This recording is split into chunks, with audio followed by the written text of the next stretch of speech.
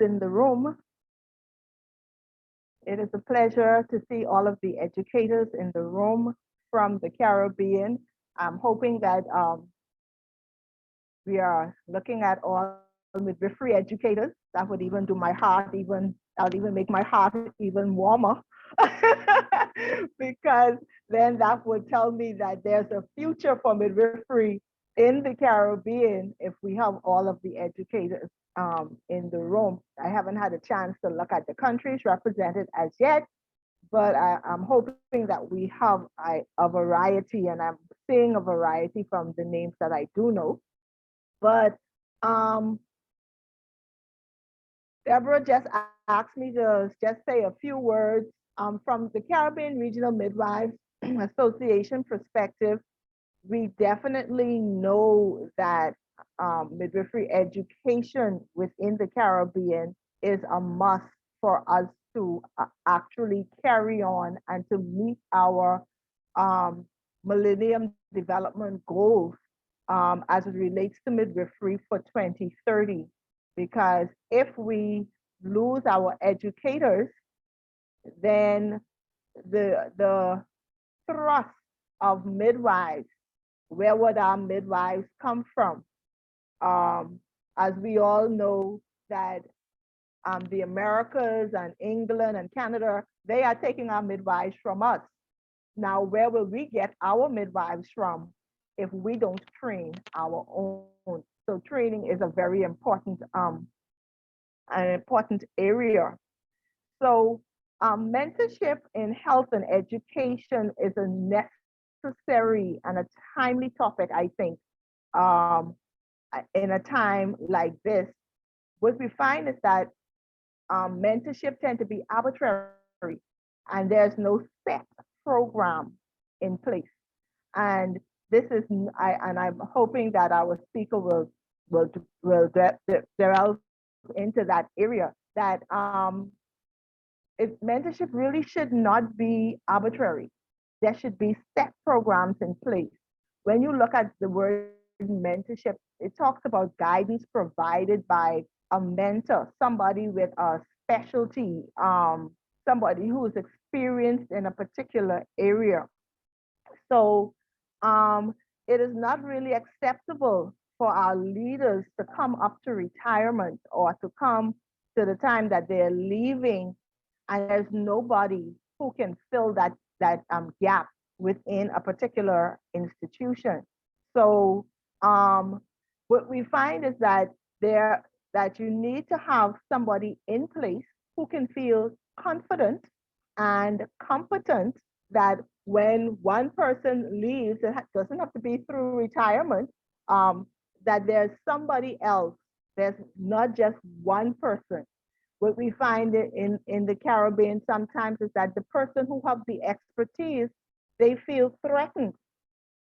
They don't want to tell anybody how to do it, so that when it's their time to leave, you have to call them back because there's nobody else to fill the shoe, right? And so that makes them feel more important. And in the Caribbean, we have to get rid of that mentality. So, and then sometimes it's not really the person with the expertise. We are talking about midwifery education here.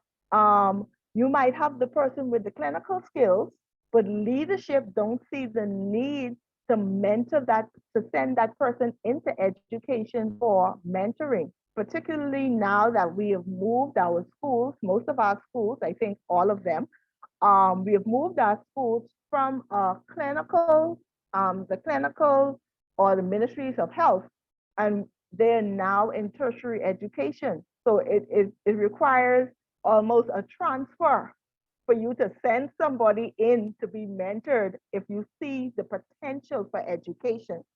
So I just want to say to Deborah and to UNFPA, thank you, that this is a very timely topic. And I hope that the persons present, if you are the persons who are in charge, that you make sure that you are mentoring somebody that when you slide out, they can slide right on in.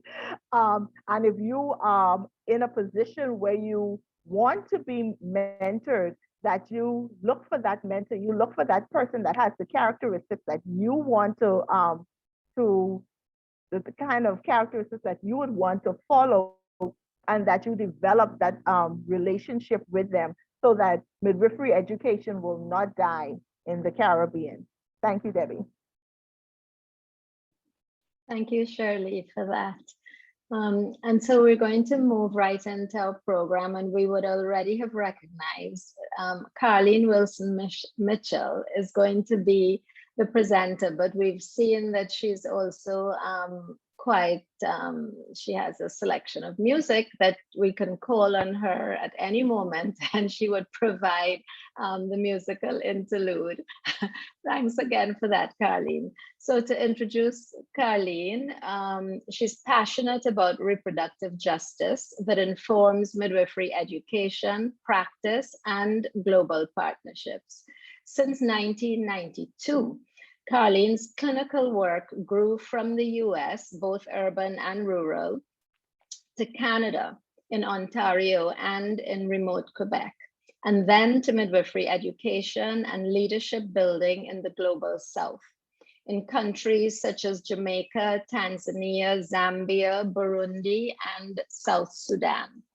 Her scholarship explores the skills and infrastructure necessary to diversify the midwifery workforce and explore strategies that facilitate equitable and inclusive work environments for midwives and vulnerable populations. The opportunity for intellectual partnerships with students excites me, remarks Carleen. To this end, the MEP Mentorship Program was launched in December 2017 in partnership with the Black, Indigenous, and People of Color Student Collective. It is an evidence-informed program to improve MEP career trajectories and the quality of academic life. And Carleen is, if you have paid attention to the flyer that was sent out, is based in Ryerson University in Canada, and they have a specific mentorship program that's ongoing. So Carleen is going to tell us more about that. Over to you, Carleen. Thank you so much, Deborah. It's such a pleasure to be here, and thank you, Shirley, for inviting me to come. You might have noticed that I really like to be very interactive in my presentations. And so in fact, I've invited some of you to join a Padlet with me.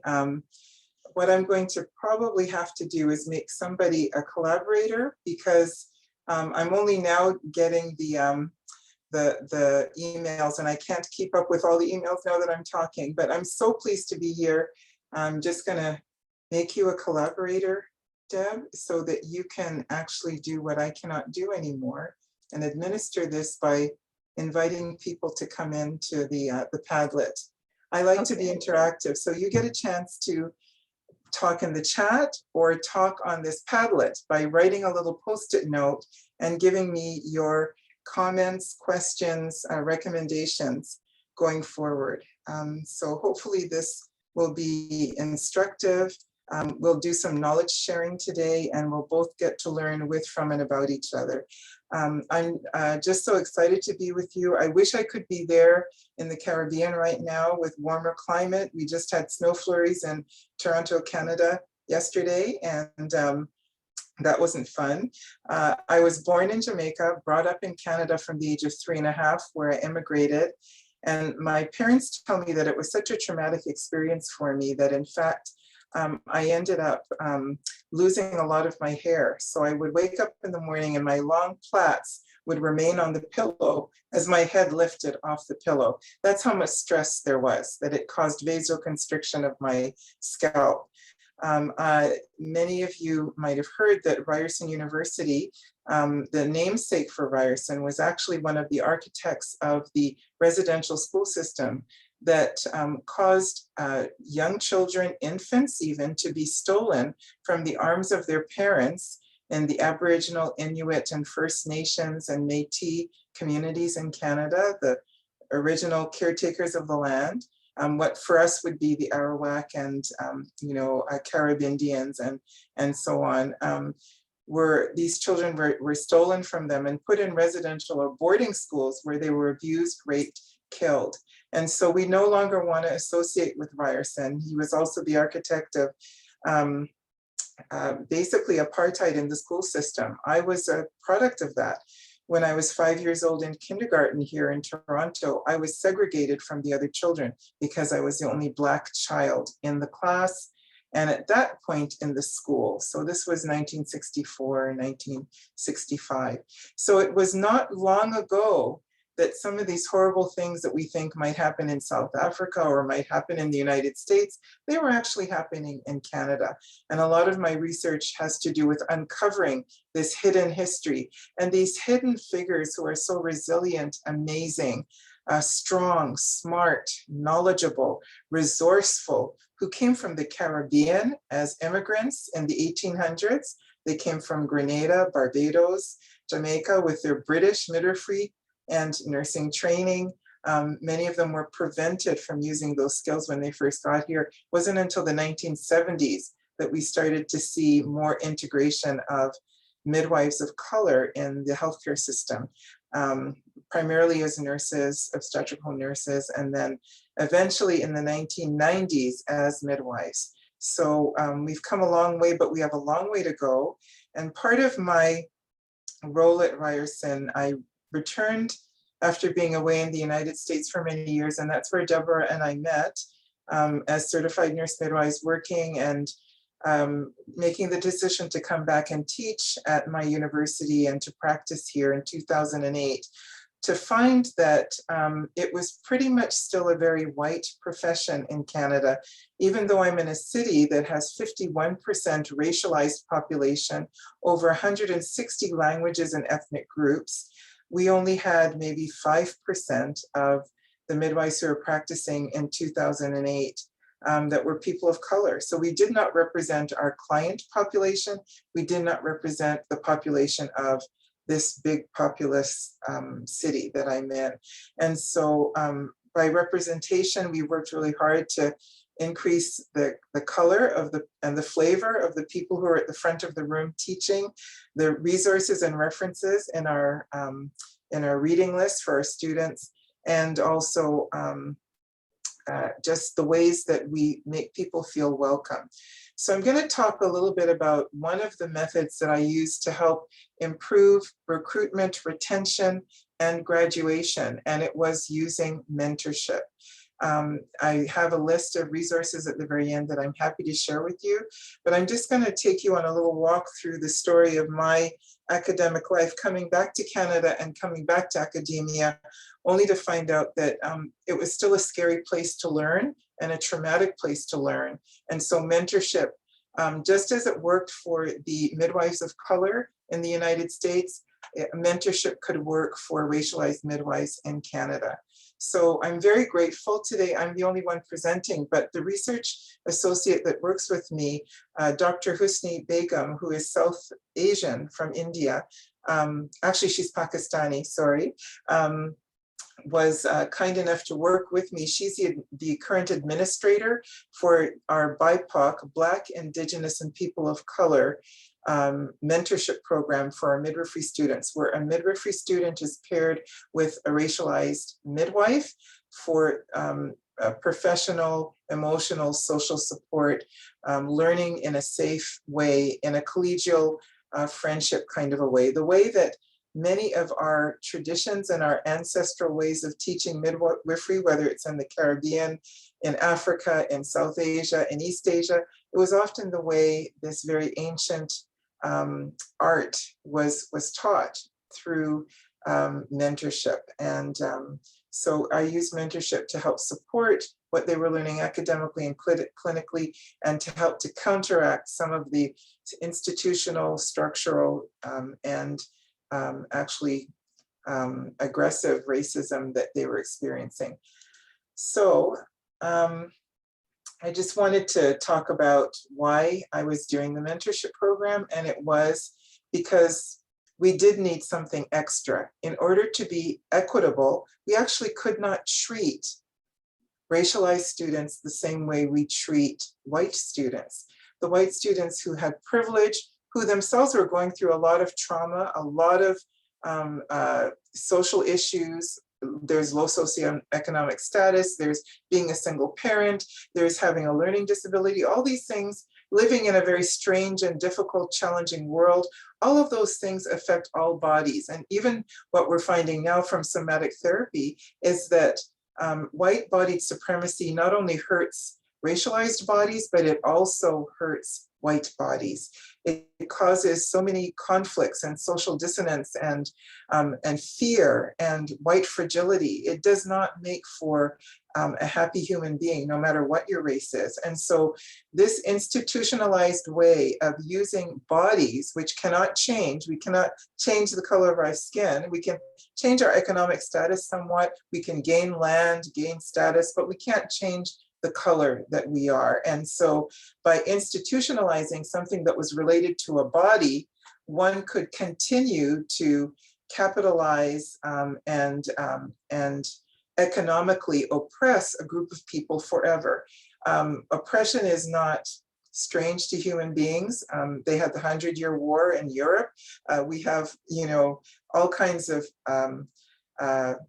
unrest, civil unrest and war that is internal within countries, and it's the same race of people killing each other off. That's part of humanity, unfortunately. But to actually institutionalize a method of oppressing a group of people that allows a certain other group of people, elite, to have economic gain that is actually perpetuated from generation to generation, that takes actually a lot of conspiracy and planning. And in fact, it was planned. And so we have to be intentional about undoing some of the trauma that is happening to all of our students. But we realize that our students are not all arriving in the academic system in the same space, in the same position. And so being aware of our positionality, being aware of privilege is important if we're going to give students what they need so that we can end up with the same outcomes. If we're going to have equal health outcomes in our client population, we have to treat each individual patient differently. Not all of them have the same needs. We have to individualize the care. Similarly, we are individualizing the care, the respect, the pedagogy, the support that we give students so that everybody ends up getting access to resources, gets to play in the playing field. We're evening the playing field for everybody else. So some people will say, well, I treat everybody the same. Well, actually, that's oppressive to treat everybody the same. Treating them in a way that manages their need and decreases their emotional, cognitive, mental burden, that is equitable teaching. Why is it important in Canada? Because as I said, in Canada, we have some of the same oppressive slavery, very, aggressive ways of treating someone who is different. Someone who's different is feared and in fact stigmatized. And so we have this in our history. Not so long ago, even someone you would think you would protect, a vulnerable member of the population, a female who is a person of color, is not free of this oppression. And so yes, even though it's a female-dominated profession, and you'd think, do we need to protect them that much? Yes, we do need to provide some sort of support and protection. Many of you may or may not know that immigration to Canada started in the 1800s. Now, when many of these Caribbean nurses came to Saskatchewan and Alberta, those are the western or prairie provinces in Western Canada, maybe just north of Montana, north of Idaho, those kinds of places. They came because they were advertising, the need for nurses. There was a shortage of nurses, and all these nurses came from Grenada, Barbados, Jamaica, and they had their British training, the same exam, but they were sometimes denied access to the hospitals, and they were not very welcomed. In fact, people thought it was an invasion, and they wrote about it in the public newspapers. So this is the history. We're talking about midwifery developing in a country where there was so much exclusion. Do we wonder, when it started in 1993, that midwifery was finally integrated in the healthcare system in Canada, that it was very white, that, even though we made up 30% of the population in the Metro Toronto area, we didn't have that same representation in the midwifery school or in the number of graduates. So I looked at our mentorship program that started in 2017, 18. So I was looking at about 4 years of mentors that have gone through our program. We looked at 21 mentors. These are very small numbers. We have a class of 30 that we accept every year. We graduate between, it depends on the year because some students slow down and then they accelerate later on. So we graduate between 15 and 35 students a year. And we're funded by the Ministry of Colleges and Universities to admit 30 full-time equivalents per year. So that might be a few accelerated students who do a 4-year program in 2 years because they're already registered nurses, they get advanced standing, or it could be someone who takes a 4-year program over 5 or 6 years because they've got a family. We've got a lot of mature students. And so overall, the full-time equivalents that you look at is 30 per year. So out of that, you might have had 2 to 5 who were people of color. The Indigenous stream that we have allows us to admit up to 5 Indigenous students who meet the criteria for being admitted into our program. They're not getting a free ride, but they actually get an extra Indigenous interview with an Indigenous midwife, an Indigenous professor that is able to really look at their commitment to community, which is very important to the Indigenous community, what they plan on doing after graduation, how well integrated are they in the community. Not meaning that they carry an Indian card, but that they actually live in a community, whether it's urban or on a reserve or you know, far up north in the remote areas of Canada or in a big city in the south. So we looked at 21 mentees over that period of years, and I did the survey in 2020, we had the program, people who had been paired, and we looked at them, they had been paired for anywhere from 1 to 1.5 years. That was 31.6% of them. They had varied needs, you know, the reasons that motivated them. Some of them wanted to be paired based on their race. So they wanted any Black midwife, and there were so few, it didn't matter which country you were from, but you were Black, and it would make them feel welcome, safe, protected, supported. Some, they weren't concerned about race, they were concerned about language. So maybe they were from the Congo, or they were from Belize, or wherever they were from, but they were concerned about language. So if they were from Brazil, maybe they wanted someone who spoke Portuguese. Maybe that was more important than what color you were. You could be Indigenous, white, you could be Black, or whatever, person of color. They were concerned that you spoke Portuguese. Or maybe they were concerned you spoke French because they were from the Congo. And it didn't matter if the mentor was from Haiti or was from the Congo, they wanted someone who spoke French. So there are varying needs that they had. Some were single, some were married, some had children, some didn't.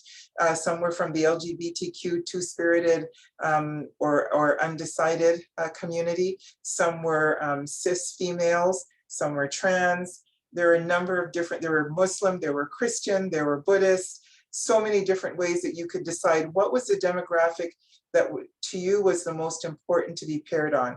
I had one student who actually had been one of my students when she was a graduate student in immigration and settlement studies, because I supervised that graduate program as well as my own students in midwifery. And she was so attracted to midwifery, she got accepted into the midwifery program. So she entered our program as a master's graduate, as many of them are, and this was a second career, really. And her interest was to be paired with someone who was a person of color, who was a researcher. So I paired her with Saras Vidam, because, you know, Saras at University of British Columbia now, used to be, you know, a CNM in the States and a CPM in the United States. From South Asia, that was important for her to be mentored by someone who knew how to balance research and really critical social justice infused evidence into the work. And so that was the mentor that she chose. Most of the mentees were from the African diaspora, followed by Middle Eastern. So they were from Iran or from Lebanon or from Israel. The majority were Caribbean and African, so 31.6%. Spanish speakers were 30%, Christian 43.8%. 25% had some sort of a disability, whether it was a cognitive learning disability or some sort of a physical kind of a disability that maybe it would influence their clinical placement, how long they could stay awake. And we do use and teach the primary care model for Canada, which means you're on call 24/7, the way you would run a birth center, so to speak. It's not shift work where it's 8 or 12 hours. You're on call, and if somebody's in labor, you're up for 24 hours at 8 a.m. You get some sleep for 8 to 12 hours, somebody else takes over, but it allows us to have what's called continuity of care. And so most likely you'll meet a majority would be 4 midwives in your pregnancy, and you're bound to know the person who catches your baby. They intimately are, they understand your history, what's important to you, and so on. So 2 out of the 10 were queer, self-identified. 30% were first generation. So they were the first person in their entire family to ever go to post-secondary education, which is huge. There's a big learning curve just learning how to be a university student. 82% of them had a previous bachelor's degree, so that was interesting. So 15% in 2020 had, at that point, graduated. So they had now graduated and now they were midwives practicing. 47.4% believed that, that they were gaining new tools, or they were looking to gain new tools to combat the racism they were experiencing in their program, whether it was in the classroom, on campus, or in the hospitals and in the clinics where they were learning. So what were the things that were coming out? The biggest themes when we looked at a thematic analysis was the thing that was important to them, how they wanted to be paired. The biggest reason was race. So it seemed as though the color of your skin made a big difference to how much support you needed. That was really important to them. And next of all came age. It seemed as though we had some very mature learners who were, 30, 40. My oldest student was actually 50. And then we had, I think my youngest student was 19. We very rarely have students who are right out of high school. Most of them have some life experience. And, we had one student who was successful, but by and large, those who come straight out of high school aren't as successful in our program. It really takes a lot of grit, a lot of resilience and maturity to survive our program. Just the amount of work, the speed at which you have to, process the work, the hard work of learning all of the political, being politically savvy and know how to use, how can I put it, know how to speak the social justice language with the feminists, and also know how to speak a different kind of a language with your community of color, or know how to, when you're ready to hang and just be yourself and hang out with your Caribbean friends versus when you were with your Canadian friends. So those who learned how to speak that kind of language, they were able to integrate better. They had thicker skin when it came to the microaggressions they were facing, and so on. So you see all the other things that are important, but basically they felt a threat. I was looking for my photo that I found a few weeks back. Many of us have found out that during COVID, wearing a mask in Canada and in the United States makes it even harder for us to establish trust. We seem like we're a threat. The whole idea of bandana, a mask, a ski mask to burglarize, those sort of fears are evoked when we have white clients and white people in the grocery store or in the drugstore, and you come in and they act as though you're going to steal something. So that's a thing. And I face that every time I go into the drugstore here in Toronto. These are some of the responses to the survey. By and large, most people agreed, and this is the light green, that this was an empowering program for them. So as you see, you go from the dark green to the yellow. It's going from the strongest feeling, they agree, to the yellow or red, strongly disagree. We didn't have anyone who strongly disagreed. But by and large, 68+% agreed that this was an empowering mentorship tool, that it was working for them. 45% felt that it helped them feel a sense of camaraderie and less lonely. 31% said as a student mentee, this relationship was crucial to their academic success thus far. And I had many anecdotal emails and comments when we had our social gatherings where people said, I don't know how I could have handled this program without this mentor. It wasn't always the cure, like you see as many as 31.6%, were neutral. Like, even though they were getting some help, it wasn't enough. And in fact, we did have students of color who did withdraw from our program. We have that every year, and I hope to decrease that attrition. In terms of as a mentee, this relationship supported me emotionally and psychologically. 40% said yes. 30% said they strongly agree, very much so. So we can say 70% really said this made a big difference to them emotionally and psychologically.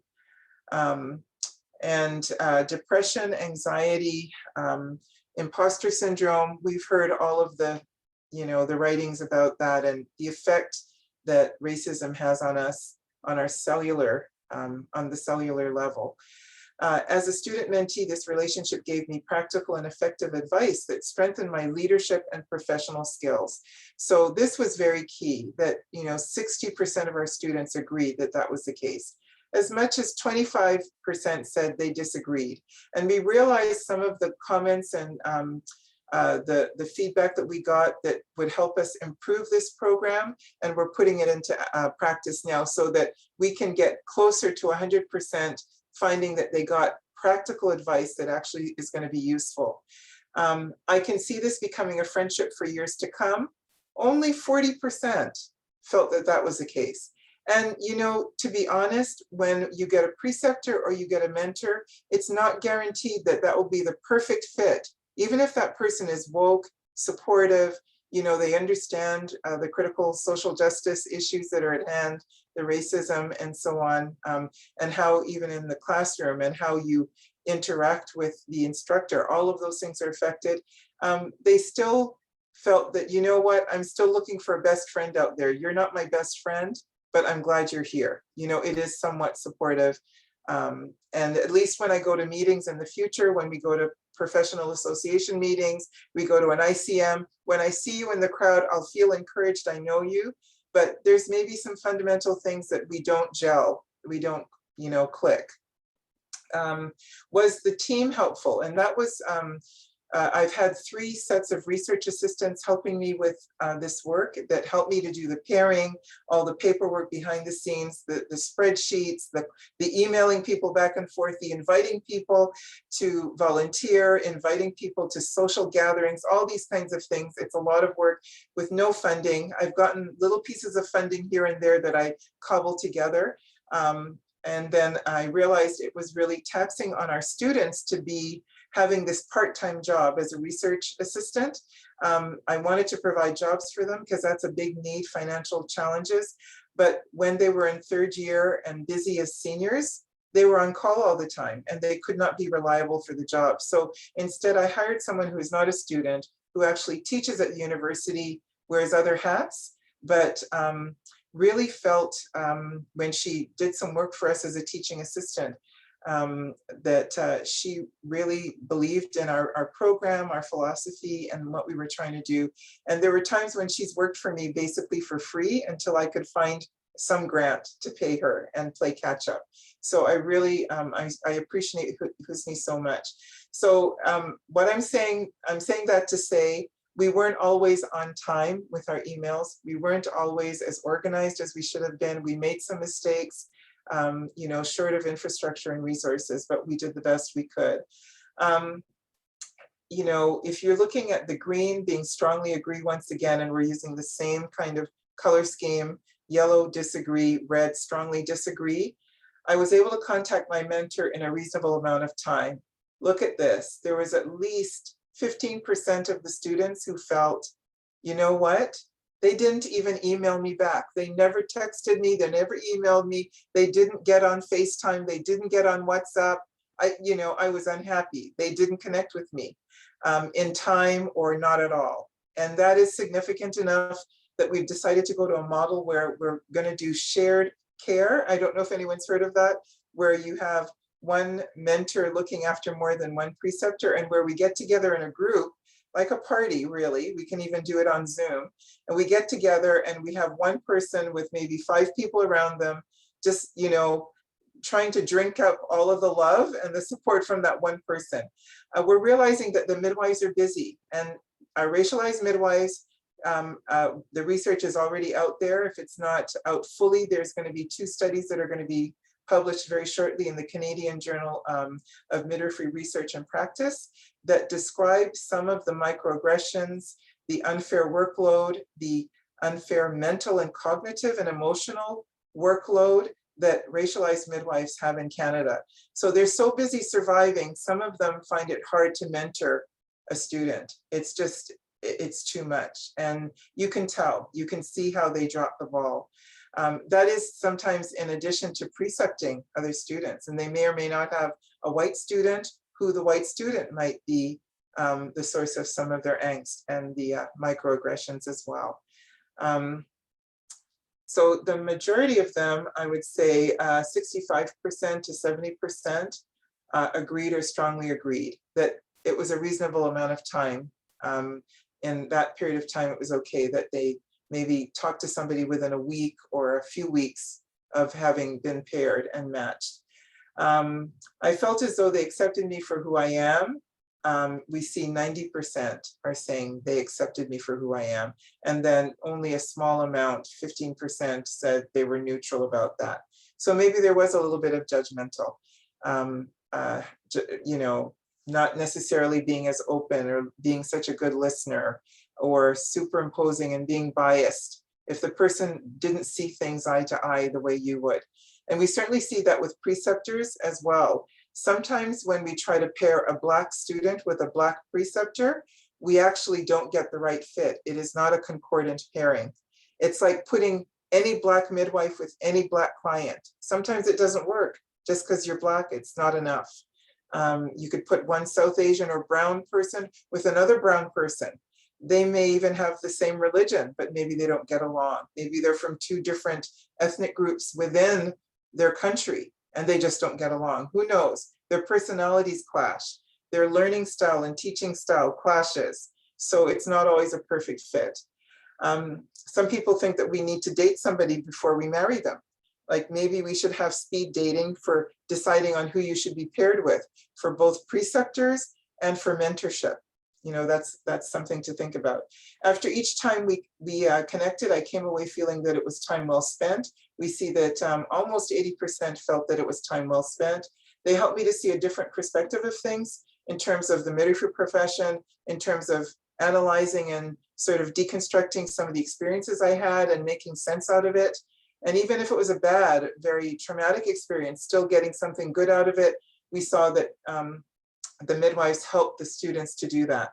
They provided wise and relevant direction on how to accomplish something. And that could be a clinical skill. It could be getting an assignment done. It could be managing some of the conflict that they were going through with peers or with their teacher, 80%. They were there at a crucial time in my MEP career, 60% felt that that was the case. So very positive overall. If you were a student mentee, rate your very first meeting. Timely communications, 50%, or I guess that's 67%. Access to resources. I guess they provided access to resources. Sorry, I'm not reading the whole line properly and I don't have access to all the notes from that slide. But I guess it looks as though that was only 25%. So somehow having access to resources through the mentorship program. I'd rather use Twitter instead of a smartphone or something like that.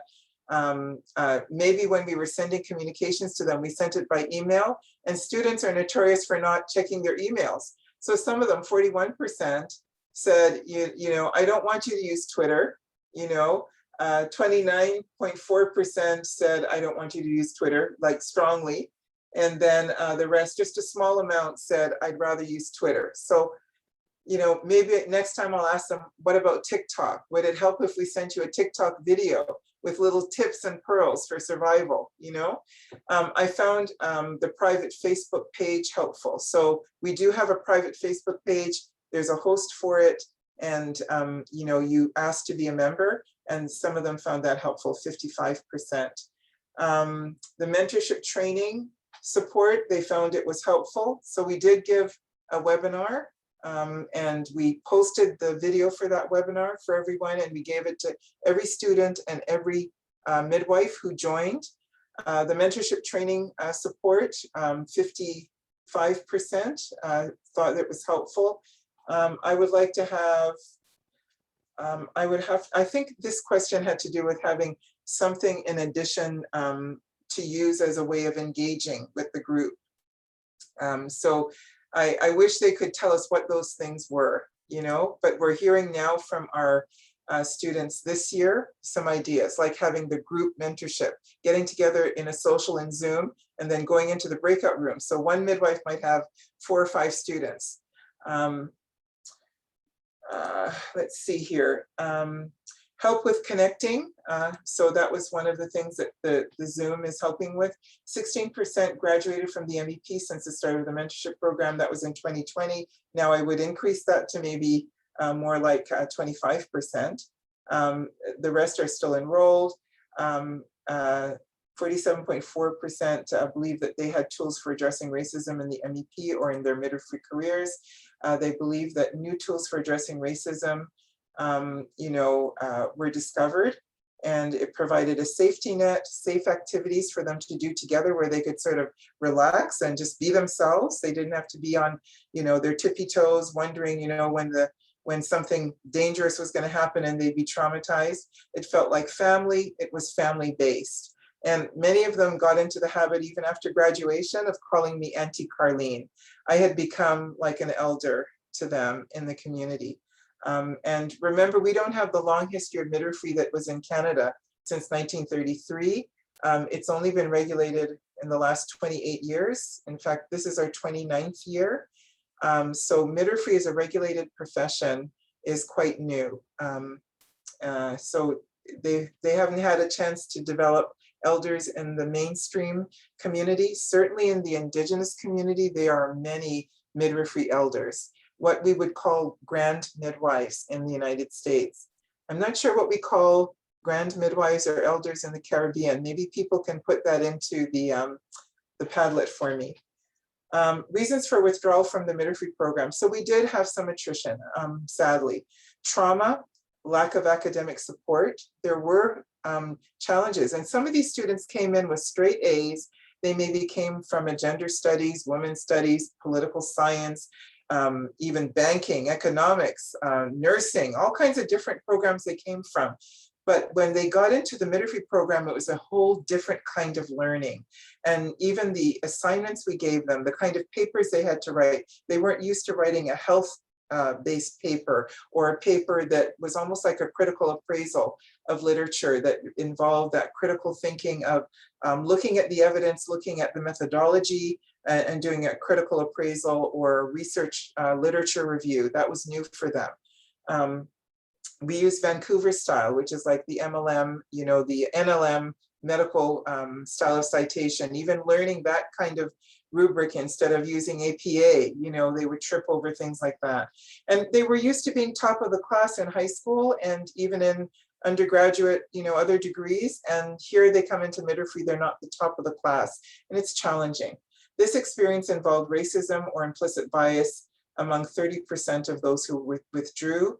89.5% experienced racism during their MEP career. 70% did not seek support from faculty or administration. They didn't feel they could trust them. Who took the support, only 20 to 30% described that there was moderately to strong support. So they didn't think it was like 100% the best, you know, support they could get, but 20 to 30%, you know, thought it was moderately strong. 94% of the mentees experience racism, seek support from other students rather than necessarily from the mentorship program or from faculty. And they rated the support they got from other students as very strong. They wanted validation. They wanted someone to believe in them. They wanted to have a group gathering. They wanted to have advocacy, having someone validate them and say, yes, you're not, making things up. You're not exaggerating. They're gaslighting you. You really did experience racism in that class and it was inappropriate, or it was judgmental, or it was a microaggression. So getting that validation was very important to them. They felt that we needed to change our policies in the university, that there should be zero tolerance, that, white fragility was not an excuse, that they should not be solely responsible for educating all of their white peers on the definition of racism, on the definition of microaggressions, on the definition of epigenetic stressors. They felt that people needed to learn this and they shouldn't have to carry that burden. They already have such a strong burden. Protective activity planning. So they wanted us to plan more activities that were protective, constructive advice. They felt isolated. They felt like they were invisible, that people didn't even prepare for them or notice them. They would go into spaces like going into a client's home to do a home visit and seeing a Confederate flag. Yes, they are in Canada, believe it or not. Lack of dispute resolution process really bothered them. We have been working on that at the university. White supremacy in teachers. We're recording today, so I won't give any of the examples that students have given me, but they are widespread and they are widely across many different universities, including my own, unfortunately. Completely against our mission and our goals and our strategic plan, but individual professors who are racist and who are not just ignorant, but actually are intentionally racist and don't feel that those students have a place in higher education. They witnessed white supremacy and that would be traumatizing to them. Even amongst their students, they would notice it. Against a white student would be traumatizing a racialized faculty member. So even though faculty members are supposed to be seen as we have power, really we're powerless, particularly if we are females who are racialized. And Black females in academia are known to have the worst. When you get student polls who evaluate their instructor, so that the evidence is that we should not use that for tenure promotion or any way look at it by itself in order to evaluate a professor's performance. Witnessing white racism amongst BIPOC clients was very difficult for our students, and they saw it all the time. And they felt powerless to be an advocate because the preceptor or the physician who was consulted with, or the nurses who received the transferred client when a complication arose and maybe they had to transfer care for a C-section, seeing the racism that was experienced by their client was very traumatizing. It was one of the reasons they became midwives, why they wanted to become a student. And to see that even some of their racialized preceptors could not stop the racism was extremely demoralizing. There have been special traumas over the last year because of COVID. Many of you have probably read the literature and you know that vulnerable populations become even more traumatized when the entire population has been traumatized by something like civil unrest, war, COVID, all those kinds of social determinants of health can be affected. We see that within the community, we have students, we have clients who aren't sure if they want to be vaccinated. They're feeling afraid to come back to work, come back to school, come to placement. We've really made our policies very flexible so people can decide to have a leave of absence without academic penalty. We do have a vaccination policy in our university and we're going back to the university in January. That's not the case with all the universities, but in all of these policies, we want to make sure the policy, the pedagogy, the curriculum abolishes racism and microaggressions, cares for our students and gives them kindness, is effectual in decolonizing some of the structural policies that actually were meant to protect our students, but they're causing harm, and there are many of them, disrupt what we see as the status quo. You know, if there's a policy that's unfair and they've always done it that way, that's not a reason to continue doing it that way. We want our students to lead. We want them to succeed. We want them to start new practices. We want them to be innovative. We don't want to squelch and put a, you know, we don't want to put out their fire. We want to be a catalyst. We want to enable and facilitate all of those great ideas that they have. We want to emancipate our students, the white students and the racialized students. We want them never to forget their history, and we want them to be creative. We want them to know that there are many heroes amongst us. Dr. Lynch is a famous obstetrician who works in Montreal, Canada. Very few people know that he was the one who developed the birch sling, or the special tamponade that is used to stop a postpartum hemorrhage. Very few people know that he is a Black Canadian, you know, an immigrant. Very few people know that this is a South Asian researcher who developed the N95 mask. Why is that? Why is nobody talking about these hidden figures? And so this is basically my presentation for today. I hope I didn't go over. I'd like to welcome your questions, your concerns, and I'll just open the floor. Okay, thanks very much, Carleen, for that. You know, I think just to bring it into a more regional perspective, that we may not have as much variation in the demographics, the socio-demographics, for example, but we definitely do have students that are coming from different backgrounds, religions, ages, etc. But I wanted, Carleen, one of the common things that happens in the region is I think there is a confusion with mentorship and preceptorship. And I wonder if you could just give us a little bit of share with us the difference between the two, so that give us a little bit more about what was really involved in the mentoring, what were the responsibilities of the mentors, etc. Because we seem to use those words interchangeably and they're not. That's a really great point, Deborah.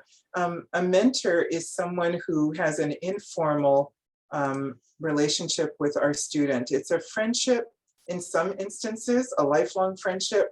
Sometimes it's just a buddy, a coach.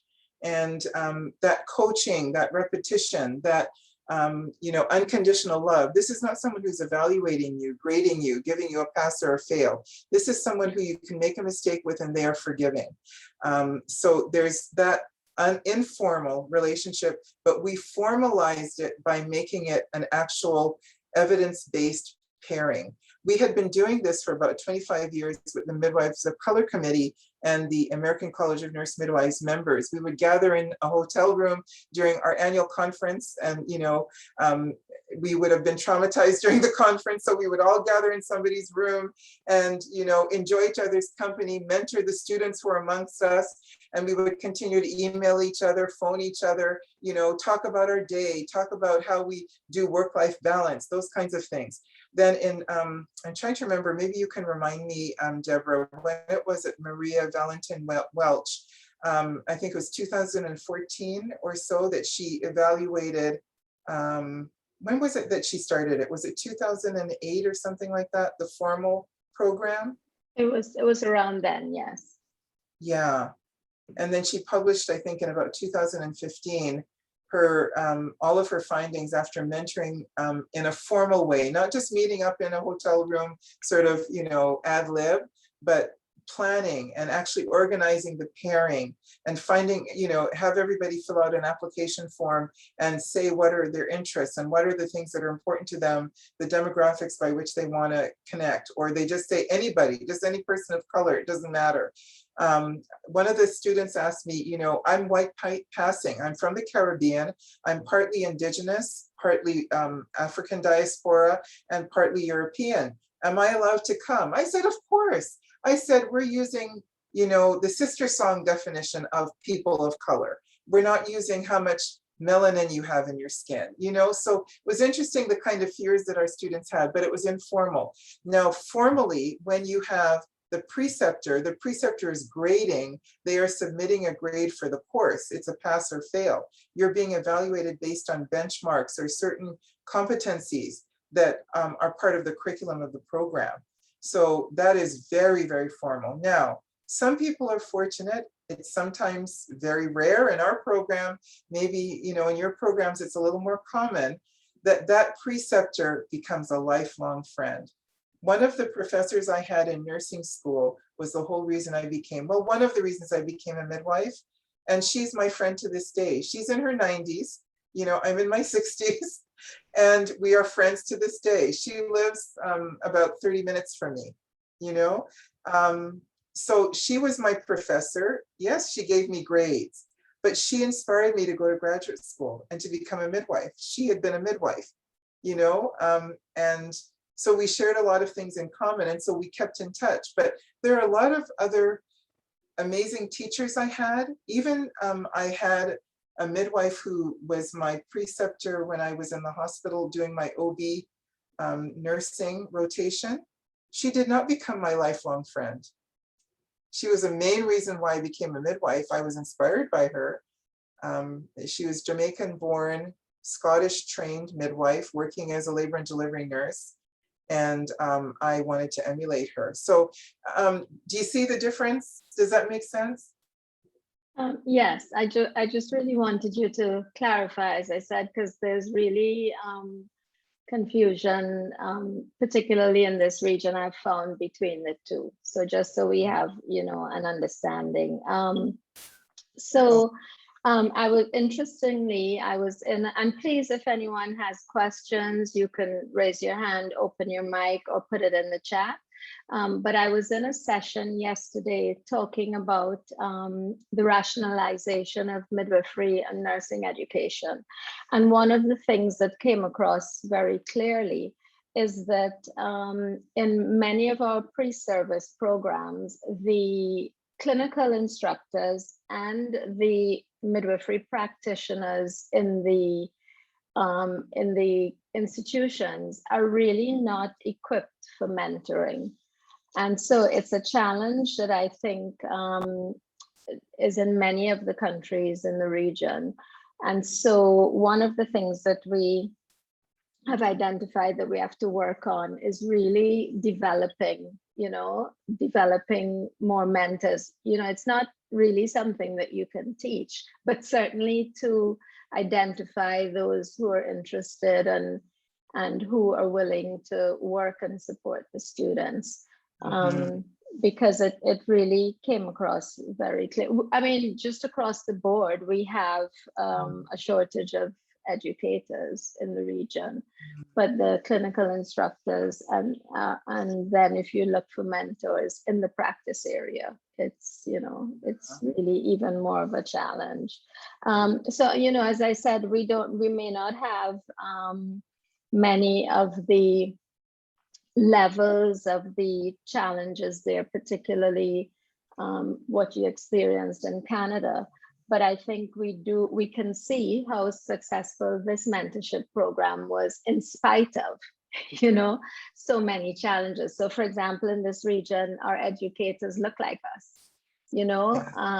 so there are many things that would not apply, but yet, in spite of all those things, that program was successful. So it shows really the strength of a mentorship program.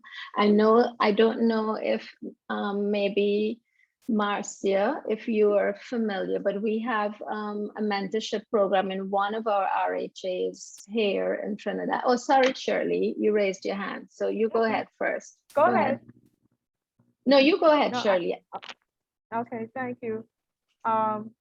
Very interesting, Carleen, that program as relates to the mentorship of the students. I came across that not so much for the students, but for the clients.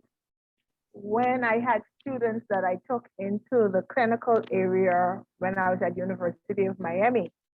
So in the obstetric unit, you will have Creole speakers, because in Miami they have the Haitians, then you have the Hispanics, and then you had, of course, your Anglo, and then you had your Black English speaking persons. And when I took students up, what I would do is I would take a quick um, kind of rounds into the room, see who was in there, find out, what their language was. And if I had students that could match, that's the client, I would match the clients more or less. And the nurses, the midwives on the floor at Jackson, they just look forward to that time when my students would come, because sometimes you had nurses who didn't understand a word that the patients were saying. And so when I came and put a Haitian speaking, a Creole speaking patient student to assist her with that language transfer, the management of that patient became so much more relevant and so easier and smooth. So I can see how that would work. In reverse, now mentoring and putting your midwives with the students so that their transition could be so much smoother. Because we find that in our, as Debbie said, in the Caribbean, we don't have that strong racial divide, not a strong one. There might be some, but not a strong Not as racial, strong. Yeah. yeah, not a Yeah. strong For racial many of divide, us, but it's definitely, mhm. but we do have, like for instance, in, I guess, Trinidad now, you have the Venezuelans coming in the Bahamas, we have the Haitians. Mhm. You're getting that mix now. So you still Mhm. have to be very careful Yeah. with that, with the mentoring Yeah. as you go forward. Yeah. There are some folks who would suggest that as teachers, and it's difficult because you're busy in clinical practice, but I find it really helps to get to learn about the different learning styles of your students. And I think I might have given one of these resources in our list of resources here. Your communication style. So knowing what your style is, and also knowing what your learning style is. So both of those issues can really help you. There's something called the DISC model as well. And the DISC model looks at your personality, but it's more or less your giftings, like making it in a very positive light. The DISC model looks at the way you're motivated, sort of what makes you tick. And I find learning how to speak a student's language, you could both be speaking English, but you're not speaking each other's language, And like some are visual learners, some are auditory learners. Some have to learn by telling them a story. I had one student who her first profession when she studied, she was an actress. And she was not doing well. I find that many of my students who are artists, they're circular thinkers. They look at the whole gestalt and they don't tend to be linear thinkers. So what we think is 1 + 1 = 2. For those people, 1 + 1 = 4 or 5 because of all these other issues. You walk into the room, you see a 32-week gestation client bleeding, and they're attached to the monitor. There's a big blood puddle on the floor. What are you going to do when you walk in first? Well, I'm going to rub their back. Why are you going to rub their back? Because they're probably scared, and I'm concerned about where are the children. Okay, did you look at the monitor? What's the baby's heartbeat? What do you think the diagnosis is? So we have to teach them using games. And so do you know that game on your smartphone that you can use, what's it called? Those games that they're testing your thinking and your processing, and it's like a little game. And they're testing different types of thinking, matching, counting, speed. And so I had one of my students do that. The other one who had been an actress, what her preceptor did for her was really outside of the box. Now, that preceptor was an amazing teacher. The preceptor thought of her learning need and she made it low stakes. So she knew this student had the capacity, but she was frightened. So she, her family, they all got together and they found somebody whose voice she wouldn't recognize, pretended to be a client in labor, a multip, sounding like she was, bearing down 9 centimeters. And we had, to rush to the home. So you jump in the car, you've got your birth bag, everything ready, you jump in the car, you get there. All of a sudden she's driving and she realizing, oh, this is a neighborhood I know. Oh, I'm going to, isn't that my preceptor on the veranda?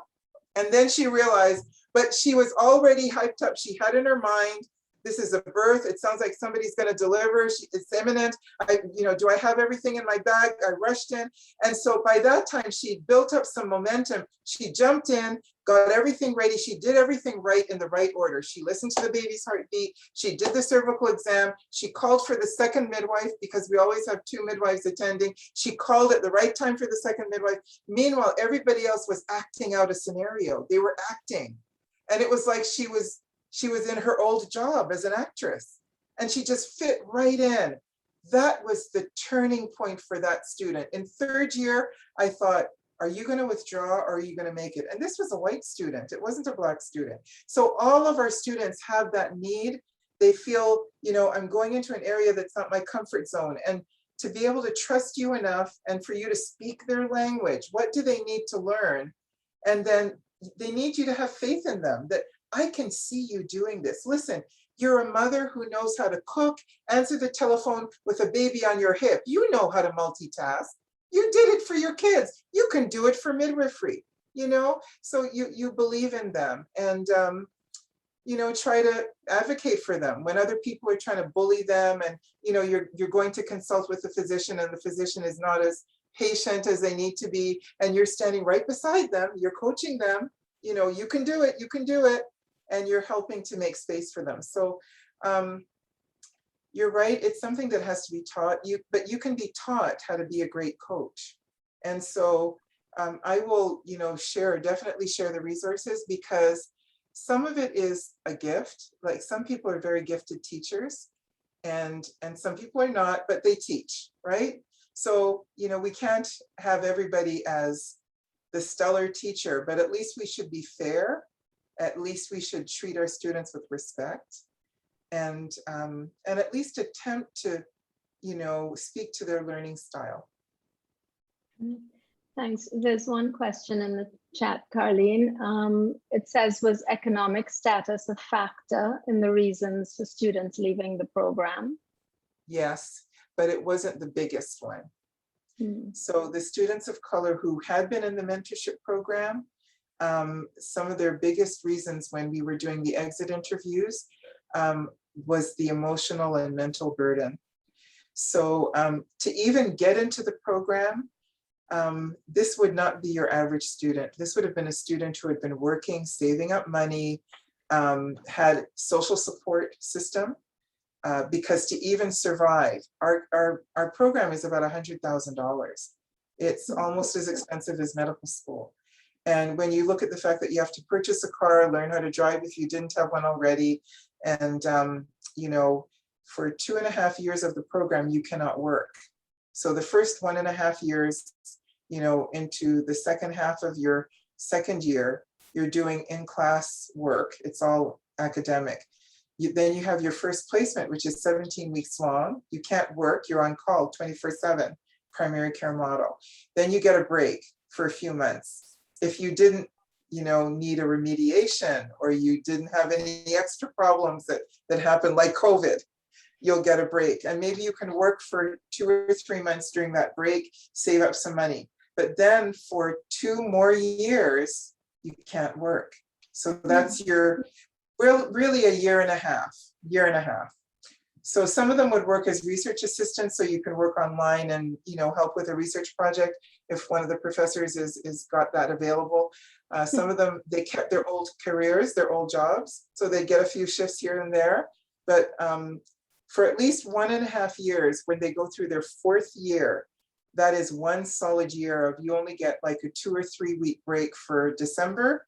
And then you're back again in January until May. Well, I'm really glad that you've shared that because I think the model in the Caribbean is very different. I mean, I can speak, you know, in many countries it's free. In many, you continue to get a stipend. You know, it's Wow. the costs are nothing close to that. So I hope that also gives us an appreciation of what we have available to us here. Shirley and or Marcia, I don't know how to paste the link for the evaluation in the chat. So I've emailed it to you. If one of you could do it or give me some direction, because I looked at it and I'll do it. Okay, I'll do it. thanks. And then to the participants, Carleen has put several links in the chat for resources. There's a YouTube video. There's a link to the DISC profile that she mentioned that you can use. Carleen, my disclaimer is that I don't have a clue about the Padlet that you asked me to help you with. Okay. So I looked at it and I opened it up and I tried to look at how to put in the emails, but it wasn't a success, I have to say. That's okay. So you'll need to mentor me in the Padlet at some point. Do you know how I learned these things? I learned these things from my students. I know it. They're the ones that have all the technology, you know, down really easily. All right, so as we look to wrap up, we'll take any last questions. A reminder to please do the evaluation, and then you could indicate if you'd like to receive a certificate. The certificates will be sent out towards the end of the month. Once you have completed the evaluation and given us some feedback, please, one of the important things on the feedback is to give us topics that you'd like to see covered in webinars going forward and future webinars. So please make sure you give us a sense of what you'd like to hear. Shirley has put the evaluation, the link to the evaluation in the chat, so you can click on that and do the evaluation. So as we wrap up, any last questions from anyone? Questions, comments, anything at all? What exists in the programs that you're affiliated with? Anything in particular that you'd like to ask Carleen? Carleen, any additional things that you'd like to add? Just that I'm so grateful for the work that you all do. I think that, just as you said, Deborah, sometimes when we're busy in the trenches working, we only, you know, can see right in front of us and we think, oh, this is such hard work. But when afterwards I meet the graduates from your programs and they may come to an ICM meeting or they may come to a conference and I meet them, these are amazing individuals that you were able to invest in. So I just want to commend you all and thank you. I'm sorry it was so short today, the time was short. I would love to just chat and have a virtual cup of tea with everybody, but we'll have to see each other again. But we'll have to talk to CRMA because they never offer tea. They usually offer drinks like wine and Okay. Where's the sorrel? Yeah, some sorrel with a little flavor of something else. Yes. But sorry, Shirley, you were going to say something? No, I was just going to say she is really turned Canadian because she wants tea. Yeah.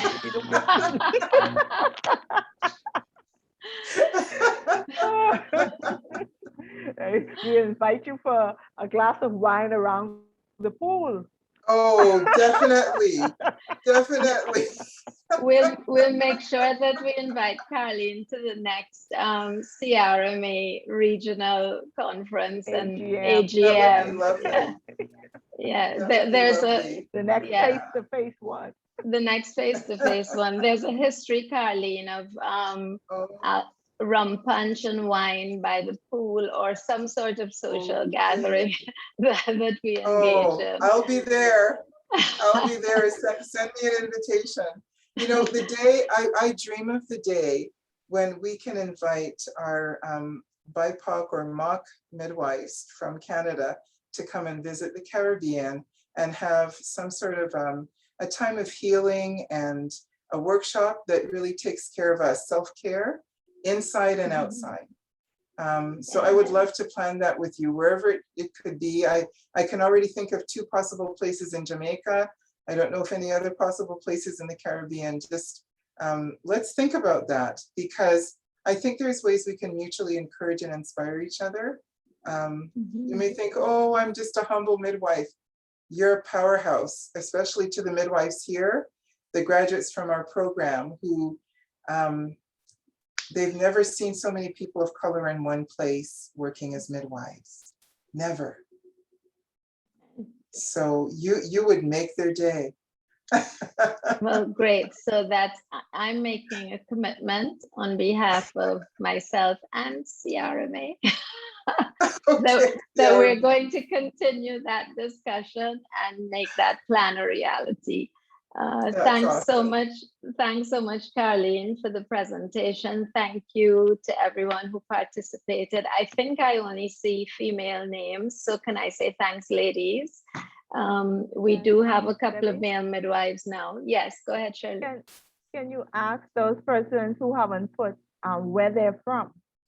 I see we have I think St. Vincent, Barbados, Trinidad, Jamaica, Guyana, and I think the Bahamas. Well, yeah, that's me, Bahamas. Oh, So that is anybody else? wonderful. Yeah, so sorry for those of you who came after, please put in the chat where you're from, what country you're from.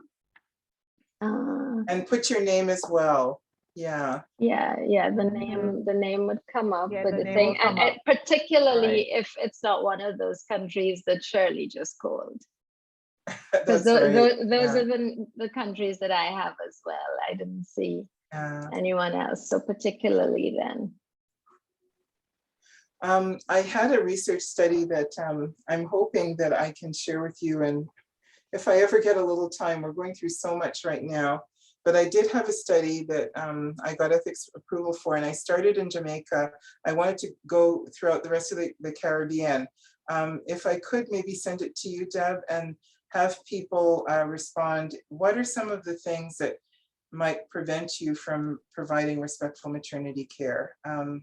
We're realizing respectful maternity care is not just being nice.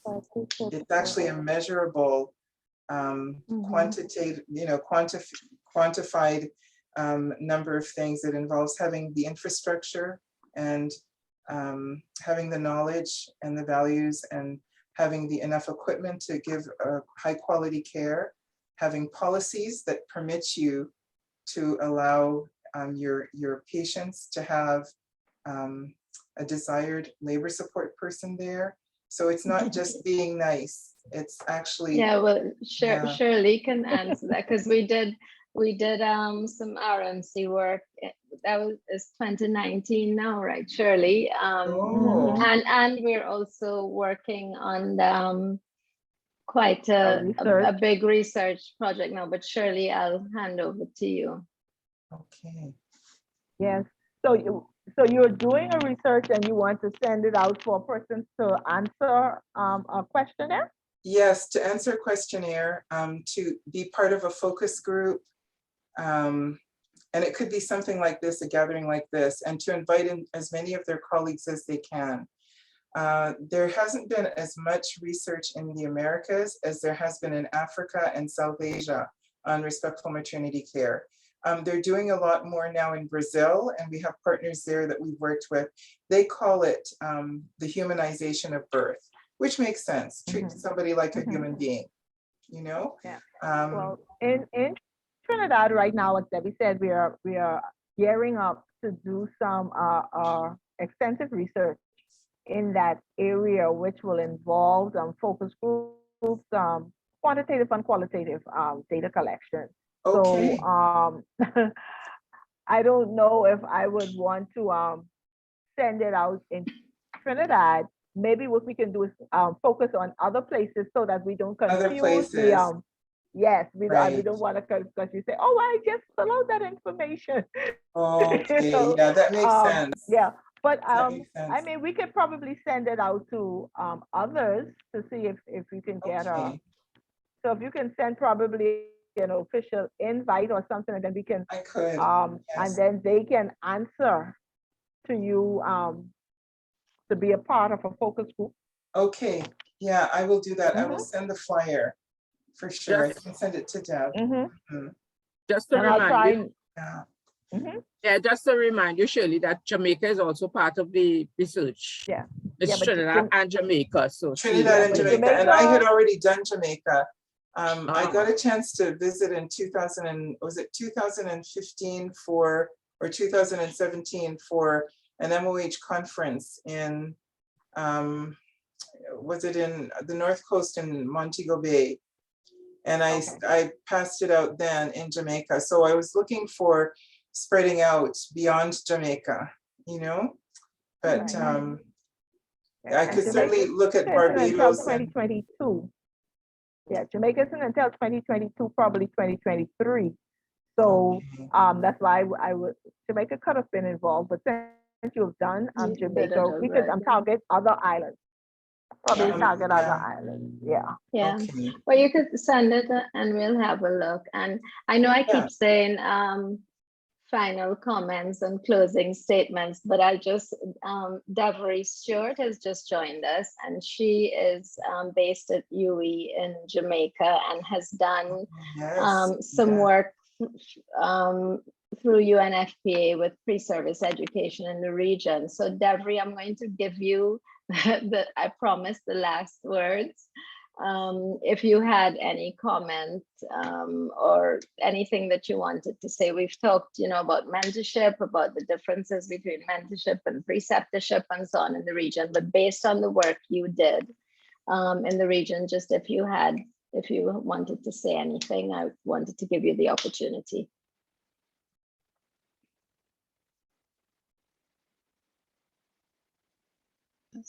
Thank you so much, Deborah, for that. Yes, I'm jumping from one meeting to the next. I hope you can see me there. Dr. Carleen, good evening. Good evening, everyone. Dr. Carleen, so sorry I did not get a chance to hear your presentation based on the time I joined, but I'm happy for that presentation. Based on the work we did with Guyana, we can see the need for preceptorship and mentorship in that area. And I must say the participants from that side were indeed in favor of mentorship and do not mind some form of preceptorship also, because what we found after our intervention, Arlene and I, they had reached out to us for support in some of the things they sent back to us to have a look at, to gain some feedback, which I thought was good practice within the region. So if we could learn from each other that way, I think it would be beneficial. So that is my little piece, Deborah. So when we say preceptors, it's the person who is supervising the student in their clinical placement. Are they assigning one preceptor to each student, or maybe one preceptor to two students? I think it's about 1 to 3. 1 to 3, okay. It's about that. It may be a bit more, but they do try to do that. And what was happening was that some of the tutors themselves, they were providing preceptorship for their students too, based on the numbers. And so they are already working on a preceptor model where it's someone who is evaluating you. You have the continuity for maybe, I don't know, 3 months or however long the placement is. So the mentorship is something in addition to that.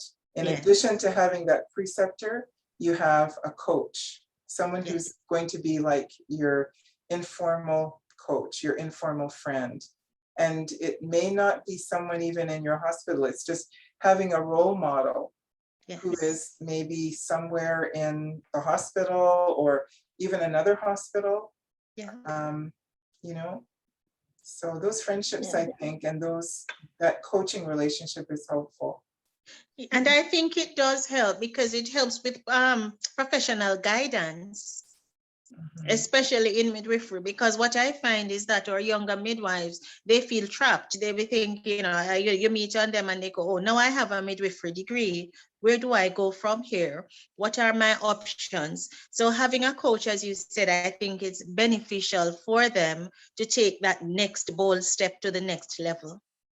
Mhm. For Yeah, sure. and when you get to my age and stepping out of it, you need people to step up to the plate. That's right. That's so important. We do need to mentor our replacements. We need to make clones of ourselves.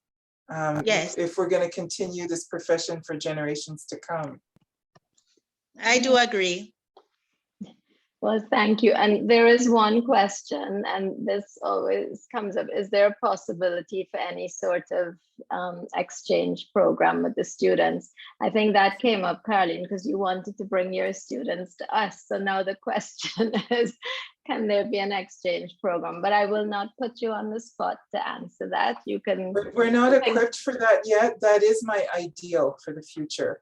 And it is certainly my ideal for master's students. I'm working on developing a master's program right now. It wouldn't be an entry-level master's, it would be an advanced, post-service degree Right. to help us prepare leaders, educators, researchers. And, there's room for graduate exchange, both faculty and students. But we don't yet, we're not at the stage where we would do a fair job. And whenever you think of exchanges, make sure to be savvy. You want it to be an equitable partnership. You don't want little sister, big sister. You want an equitable partnership. You don't want the Canadian students to take away birth opportunities from your students, right? So it can be done. I'm game to work together with someone to make that happen. But it needs to be very, very well crafted, prepared for. You want to prepare for success. Position the midwife, the practice, the clinic, the students for success. Okay. And lots of prep. Okay, excellent. So thanks again, ladies. Have a great night. Whether you drink tea or wine, enjoy it. And we'll see you again. Shirley, when is the next webinar? Do you want to mention that, or? Our next webinar is on the 30th of this month, and we'll be doing medical. How do you put this? Let me find the correct term. Marcy, you don't have it in the front of you, right? I'll tell you. It's medical eligibility criteria. All right, eligibility criteria for contraceptives. Yeah. Okay, Yeah. Excellent. So now you have that. I'm sure the flyers will go out. So see you then. And please remember, fill out the evaluation, give us suggestions for topics that you'd like, and then we will plan for the next webinar as we try to develop the network for educators in midwifery in this region. Thank you all again and have a good night. Okay, thanks very much. Bye. Good night. Bye-bye. Good night. Good Nice to night. see all of you. Bye. Bye.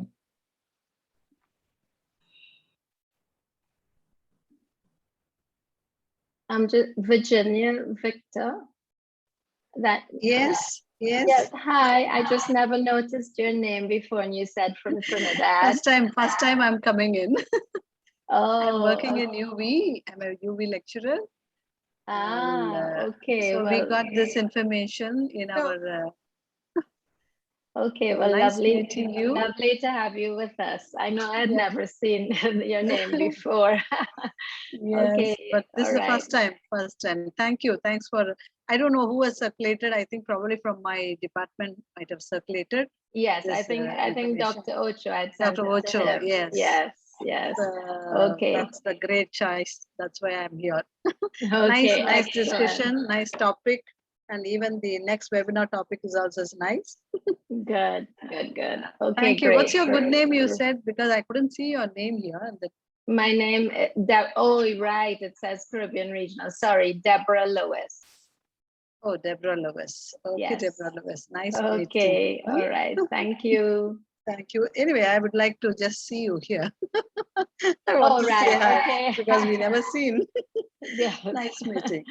Okay, nice Anyway, meeting you. thank you, Deborah. Okay, okay. Hopefully, bye-bye. when is the next webinar you're planning? I think Shirley said the 29th. No, it can't be the 29th. Rosalind, do you remember the date that Marcia said the next webinar is? But they will send out the flyer. So Okay, that's fine. I'm The 30th. the 30th of 30th. November. This month. Yes, Okay. Yeah. November Mhm. 30th. So Right. usually okay. webinars will be Yeah. every month or Yes, monthly once? Marcia.